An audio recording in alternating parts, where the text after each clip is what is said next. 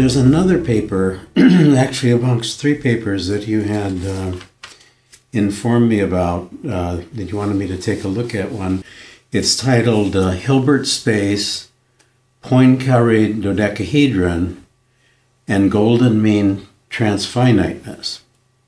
And in the abstract, you say, a rather direct connection between Hilbert space and E-infinity theory is established via an irrational transfinite golden mean topological probability.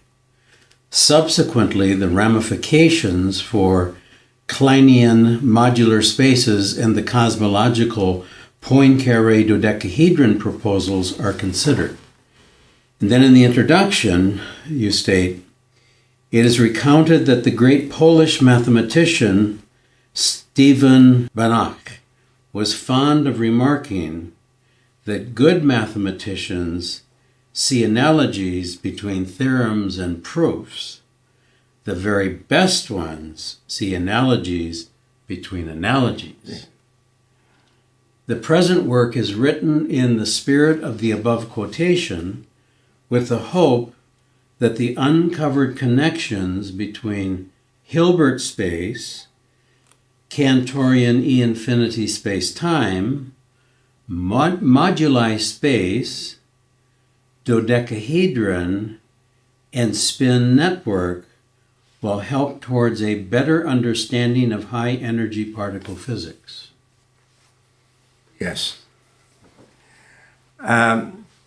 At the time, of course, I felt more confident, and I was not attacked by by people whose business is to attack.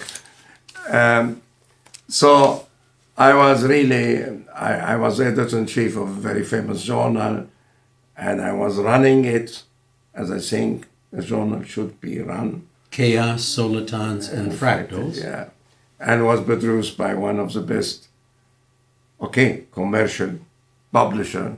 At that time, commercial publisher were fighting for existence.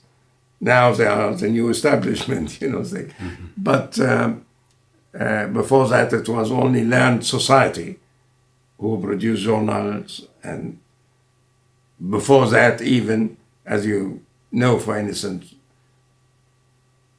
a famous professor like Kaluza, Theodore Kaluza, the father, was not able or was inappropriate to publish a paper simply by sending it to a journal. You have to send it first to a famous scientist who communicates it when he approves of it to a journal.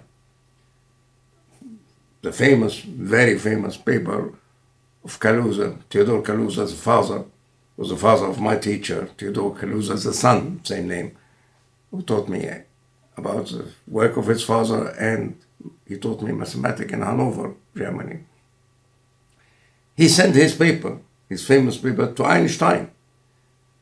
And it was not 1 week till you get a result accepted or not accepted like today, and if it's 2 weeks, it's too long. No, the man had to wait for 3 years. Albert Einstein was reading it all the time and finding always something wrong with it. Einstein fused, following the suggestion of his teacher, Minkowski.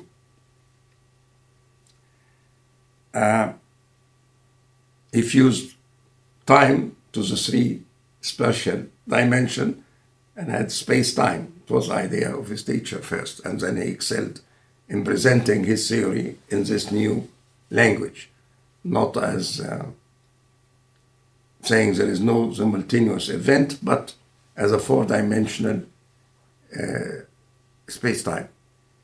But to have 5-dimension now, like Kaluza proposed, correctly I must say now, at that time Oscar Klein was not yet in. Oscar Klein came later and added something, that's why you would say it's Kaluza Klein. I see. not Felix Klein, the mathematician. Oscar Klein is a Jewish, Swedish, distinguished scientist who was working for the Nobel Committee also as a referee. So Kaluza, the father, always found something wrong with whatever. Einstein always found something wrong with Kaluza's father paper and write to him. Then Kaluza's father will answer him back. And then he'll find something else.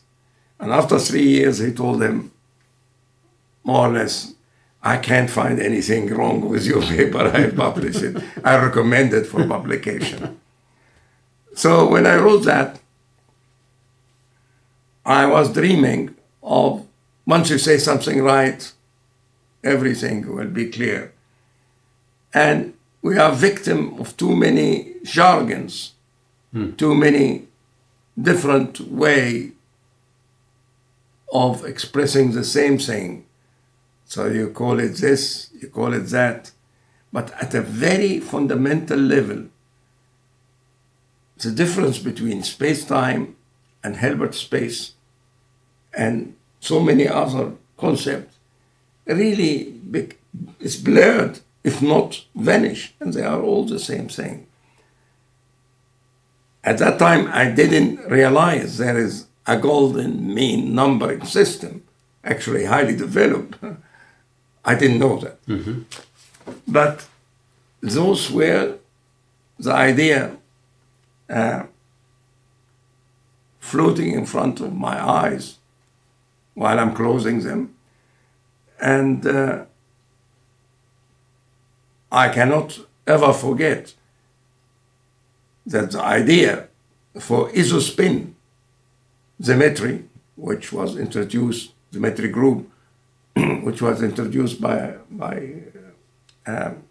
Werner Heisenberg to physics for the first time, was really due to the fact his father was a professor of Greek and classical language and Latin, professor in Munich.